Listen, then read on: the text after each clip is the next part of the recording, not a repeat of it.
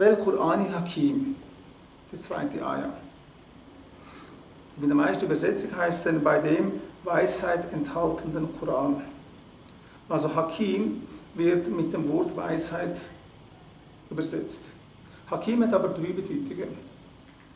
Die eine, oder vielleicht noch bevor ich zu der Bedeutung von Hakim komme, also der eine fängt ja mit Wel Qur'anil Hakim, also mit einem Wow. Also beim Koran, der weise ist, oder bei der Weisheit des Korans. Das ist ein Schwur. Also immer wenn ein Ayah mit Wa anfängt, also Wel Asr zum Beispiel, oder Wettini, Wezzetun, dort wird er auf die Fiege schwören, beim Asr schwört er auf die Zeit. Das ist immer ein Schwur. Wir haben das sehr häufig im Koran, dass Allah Ta'ala schwört. Wieso tut man schwören? Auch wir Menschen tun schwören. Wieso schwören wir? Um die Richtigkeit von dem, was wir sagen wollen, zu bekräftigen im Prinzip. Oder um unsere Glaubwürdigkeit zu erhöhen. Der Koran hat aber auch andere Gründe, warum man schwören. Mit einem Schwur tut eigentlich Allah darauf hinweisen, dass jetzt etwas Wichtiges kommt. Also dadurch, dass es schwört, heisst jetzt, Leute, müssen aufpassen, jetzt haben wir bis jetzt geschwätzt und so, ist okay, aber jetzt hört hin. Das gleiche wie wenn wir eine Marke highlighten oder etwas doppelt unterstreichen. Also jetzt kommt etwas Wichtiges. Das Interessante ist, dass immer, wenn Allah Ta'ala schwört, dann schwört er bei etwas und dieses Etwas ist nachher Zeuge über das, dass das, was nachher als Aussage kommt, auch stimmt. Zum Beispiel bei Asr, das ist etwas, was wir uns alle kennen. Wel Asr, innal insana lafi khusr. Also wahrlich, bei der Zeit, wahrlich, der Mensch ist im Verlust. Wer kann besser belegen als Zeuge, dass die Menschheit im Verlust ist? Wer ist der, der die Menschheit die längste Zeit begleitet hat, der immer dabei ist, wenn die Menschen etwas machen? Über die Generationen hinweg. Das ist die Zeit. Also die Zeit ist das, was unsere ganze Geschichte mitverfolgt hat.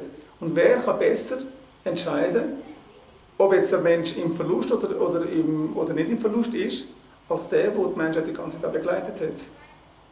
Also so tut Allah auf die Zeit schwören, macht nachher eine Aussage, nämlich der Mensch ist im Verlust und tut das, worauf er geschwört hat, nämlich die Zeit, als Zeuge bringen. Und sagen, schaut mal, der beste Zeuge, der das bestätigen kann, das ist die Zeit. Und was machen wir da? Da haben wir auch einen Schwur, Wel Qur'anil Hakim.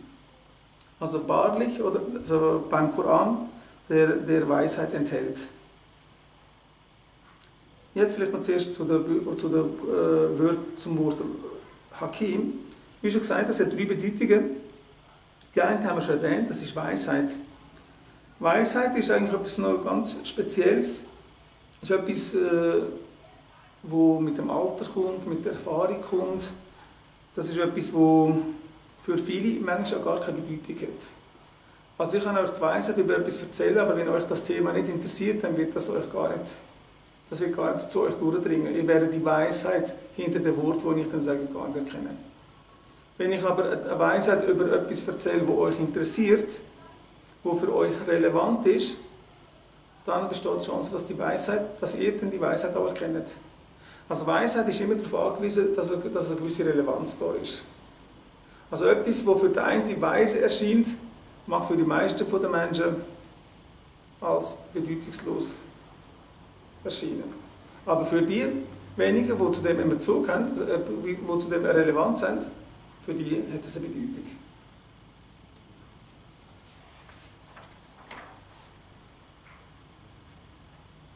Das Zweite, ja, oder vielleicht noch, wir haben ja vorhin gesagt, dass das, worauf er schwört, nachher auch ein Beweis ist für die Echtheit von dem, was man sagt. Also, Wel Qur'anil Hakim, wenn der Koran weise ist, aber nur für bestimmte Leute die Weisheit empfänglich ist, und das gilt dann für den ganzen Koran, für jede einzelne Ayah, dann müssen wir das auch irgendwie erkennen können. Und tatsächlich ist es so, dass der Koran besteht aus so sehr vielen Ayah. Und es gibt Ayah, die ganz bestimmte Leute ganz speziell betreffen. Also, wenn man gewisse Ayah hört, das trifft einen viel mehr, weil das jetzt gerade eine Antwort auf eine Frage ist, die man immer hat, weil das gerade zu einem Thema ist, wo man sich selber immer wieder damit beschäftigt hat. Und der, also wo dann die Ayah hört und wirklich den Bezug hat, der haut die Ayah um. Das heisst, er sagt dann, wow, das ist genau das, was ich gesucht habe. Also für ihn hat dann die eine Ayah viel grösser, viel ganz einen anderen Wert, als vielleicht für alle anderen, die zuhören, aber den Bezug vielleicht nicht haben. Aber der andere hat bei einer anderen Ayah so einen Bezug. Und so hat jede Ayah für bestimmte Menschen immer wieder genau den Effekt, dass es genau das ist, was man hätte hören, was man hätte müssen hören, oder das, womit man sich beschäftigt hat, die Frage, die man im Kopf hat und durch die Ayah eine Antwort darauf bekommen hat. Hakim heisst aber auch Urteilsspruch. Wir kennen auch den Hakim, der Richter. Was macht ein Richter? Der Richter tut das Urteil fällen und das aussprechen. Und das Urteil ist ja nachher dann auch ist nachher gültig. Das ist nicht nur für heute gültig oder so, sondern es sollte eigentlich eine lange Zeit gültig sein. Wenn wir jetzt aber uns Menschen anschauen, dann tun wir auch viel Urteile fällen oder haben Meinungen zu gewissen Sachen und vielleicht haben wir dann 5 Jahre später ganz eine andere Meinung. Aber wenn ein Buch, das nachher von sich behauptet, das ist bis zum Ende der Zeit, soll das Gültigkeit haben, dann müssen all die Urteile, die in diesem Buch gefällt werden, oder all die Urteilssprüche, müssen auch gültig sein bis zum Ende der Zeit. Und das allein ist schon mal eine sehr grosse Herausforderung, dass einer kommt und sagt, ich tue ein Buch voller solcher Urteilssprüche euch jetzt vortragen und all die Urteile haben zu jeder Zeit Gültigkeit. Das ist eigentlich eine grosse Herausforderung. Warum? Weil in 2 Jahren vielleicht sieht alles anders aus. Heute sagt er das und morgen kann das vielleicht, weil irgendetwas in der Welt passiert ist, dann kann das gar nicht mehr gültig sein oder kann das sein, dass etwas anderes das übertrifft oder irgendetwas. Und wir würden niemals Aussagen machen, an denen wir uns verfangen. Also wir machen nur Aussagen, wo wir auch sicher sind, dass es auch wirklich nachher passiert oder sollte zumindest. Und weil wir wissen, wie heikel das ist, würden wir so wenig wie möglich solche Aussagen machen. Aber so ganz sicher nicht viele. Und der Koran ist eigentlich voll mit solchen Aussagen und bis heute haben die sich dann auch tatsächlich bewahrheitet. Und das allein ist auch schon wieder ein Beweis für das, dass der Koran gar nicht von einem Menschen hätte erschaffen worden sein. Weil ein normaler Mensch würde das nicht machen. Eben Menschen die andauernd ihre Meinung ändern. Und der Koran, wissen wir, der ist ja über 23 Jahre hinweg hinabgesandt worden. Und 23 Jahre ist eine lange Zeit. Das ist, wenn ich jetzt so hier hinschaue, bei der Hälfte von euch hat es mehr als das ganze Leben. Und vorher habe ich gesagt, vielleicht wechseln wir unsere Meinung so in 2, 3 Jahren, vielleicht weniger, vielleicht auch mehr. Aber in 23 Jahren, also etwas zu sagen am Anfang und nach 23 Jahren, wo es sich immer noch gibt, hat die Aussage immer noch Gültigkeit. Das ist schon eine grosse Herausforderung, weil da können Menschen das eigentlich können gar nicht mithalten. Wenn wir überlegen, so Politiker, die Reden halten, am Anfang, vielleicht in ihrer Karriere sagen sie etwas, machen Versprechungen und so, und irgendwann 2, 3 Jahre später tust du ihnen das und das wieder vorlegen und sagst, damals hast du das gesagt, aber heute machst du das und das. Du tust gar nicht das erfüllen, was du gesagt hast, beziehungsweise du widersprichst dich sogar. Und das in einer viel kürzeren Zeit als 23 Jahre. Und der Koran hat also über die ganzen 23 Jahre hinweg eigentlich immer das beweisen, dass eigentlich jede Aussage eine quasi ewige Gültigkeit hat. Ewig natürlich jetzt auf die Welt bezogen.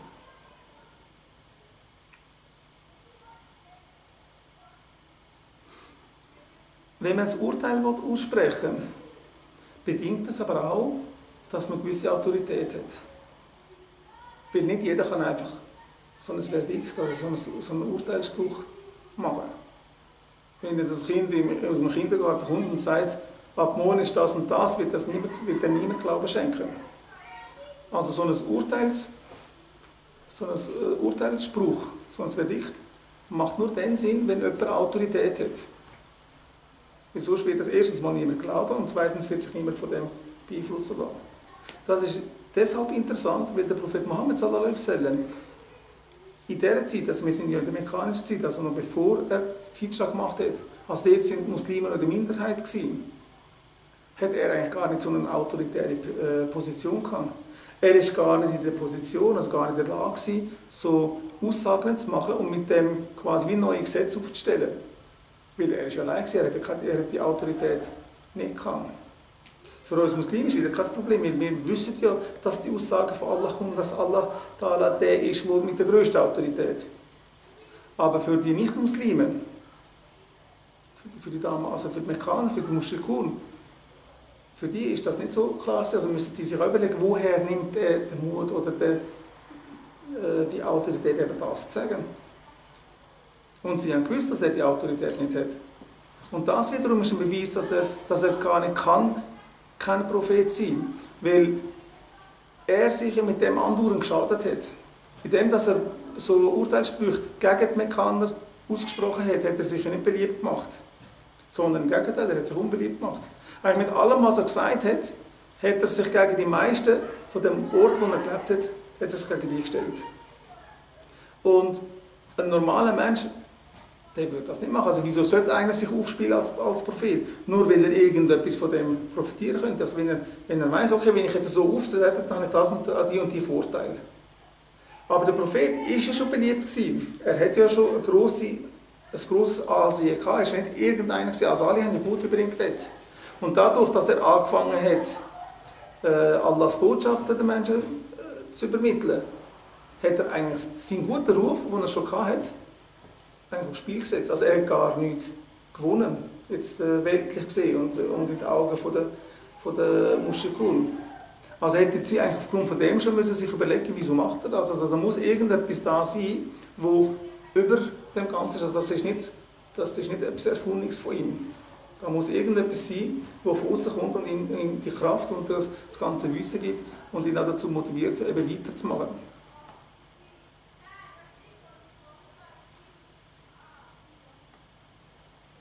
Die dritte Bedeutung von Hakim ist also fest anziehen. Wenn wir den Koran anschauen, dann, das habe ich am Anfang nicht schon erwähnt, hat es ganz viele Sachen, also ganz viele verschiedene Themen, verschiedene Geschichten, verschiedene Urteilssprüche. Es ist wirklich ganz komplex und in dieser ganzen Komplexität widerspricht sich nichts.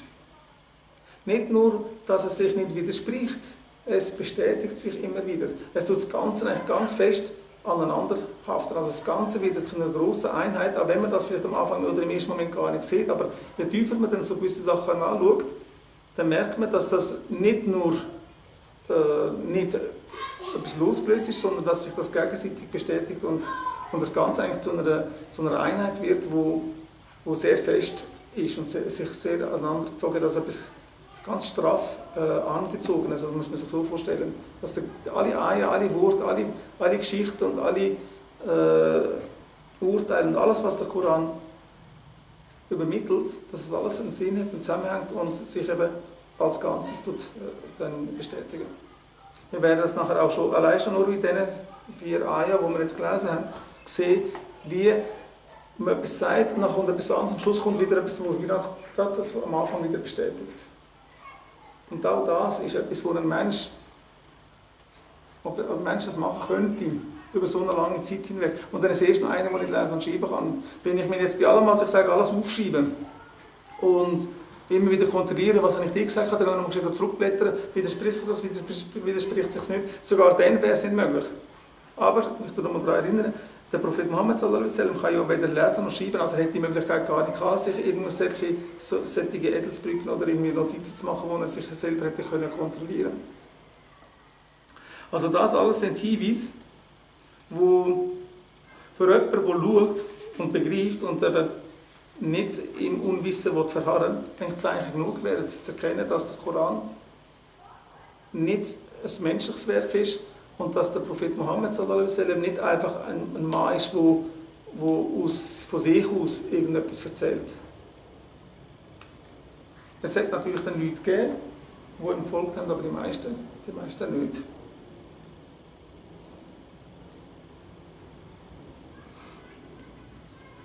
Eben, all das, was wir jetzt gesagt haben, sind ja Beweise, dass der Koran echt ist und aber auch, dass der Prophet ein Prophet ist. Und das ist jetzt gerade Ayah 3. Ayah 3 sagt, Inneke leminel mursalin. wahrlich, du bist von den Gesandten.